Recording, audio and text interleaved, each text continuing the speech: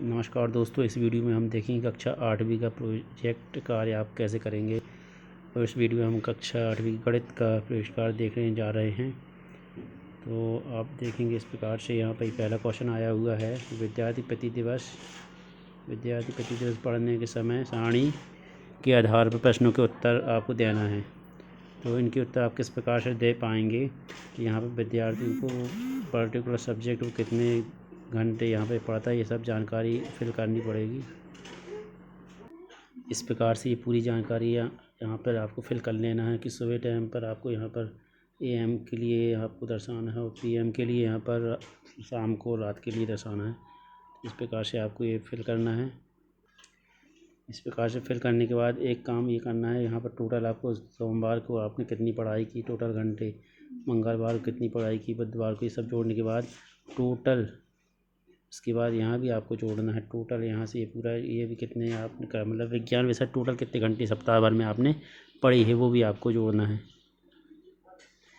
इस सारणी को भरने के बाद आपको ये आंसर देने हैं कि सबसे एक विद्यार्थी द्वारा मंगलवार को कौन सा विषय पढ़ा गया। तो यहाँ पे आपको देखना है कि मंगलवार को आपको देखना है कि सबसे ज़्यादा विद्यार्थी ने क्या पढ़ा है। तो मंगलवार को यहाँ पे आप देखेंगे तो गणित विषय विद्यार्थी सबसे ज़्यादा पढ़ा है, लगभग 1.5 घंटे।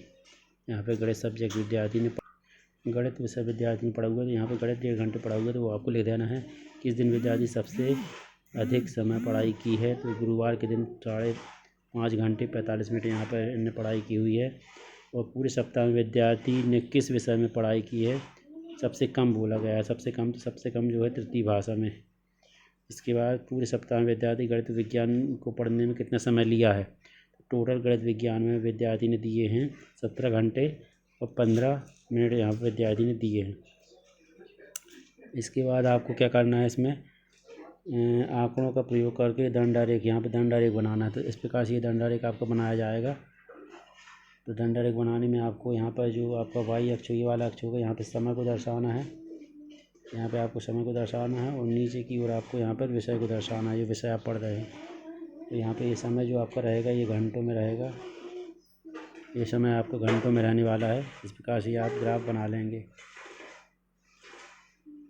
यहाँ मैक्सिमम 11 घंटे तक पढ़ा है, तो यहाँ पर ये आपको आ जाएगा। क्वेश्चन दूसरे में देखें। क्वेश्चन दूसरे में क्या है, आसपास की परिवेश में कम से कम 5 वृत्ताकार, यहाँ मैंने वृत्ताकार वस्तु के बारे में पूछ रहा है। उसका व्यास परिधि मापना है आपको और इसके बाद निशानी को पूरा उपयोग करना है यहाँ पर ना। तो यहाँ पर अपन को ये मापना है। तो सबसे पहले ये चकला के लिए बोला गया है। चकला की त्रिज्या आप देखेंगे यहाँ पर, तो यहाँ पे 21 सेंटीमीटर निकल के आने वाली है। जो भी आपके पास रहेगा, ज़रूरी नहीं है इतनी ही आएगी। इसके बाद उसका व्यास उसका दुगना कर देंगे, त्रिज्या का दुगना। और उसके बाद परिधि का सूत्र 2πr वाला सूत्र लगा के यहाँ से परिधि निकालना है। इसके बाद आपको क्षेत्रफल निकालना है। तो वृत्ताकार जो क्षेत्रफल होता है वो होता है πr²। यहाँ पे आपको त्रिज्या का मान रख के इसका क्षेत्रफल आपको निकालना है। इस प्रकार से ये आप मान निकाल लेंगे। ये सभी मान निकालने के बाद आपको ये आंसर देने हैं कि प्लेट और थाली की परिधियों का अंतर। तो इस प्रकार से आंसर निकाला गया है। तो 66 इसका आने वाला है। और प्लेट और क्षेत्रफल की थालियों में कितनी कमी है। तो यहाँ पे कमी, तो यहाँ पे प्लेट के थाली के क्षेत्रफल में से प्लेट के क्षेत्रफल को घटा देने हैं।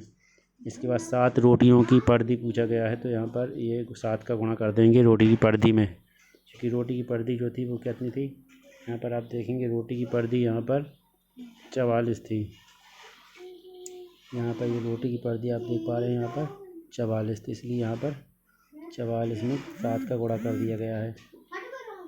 यहाँ पे 44 में 7 का गुणा कर दिया गया। इसके बाद सबसे अधिक क्षेत्रफल किसका है। तो सबसे अधिक क्षेत्रफल थाली का है।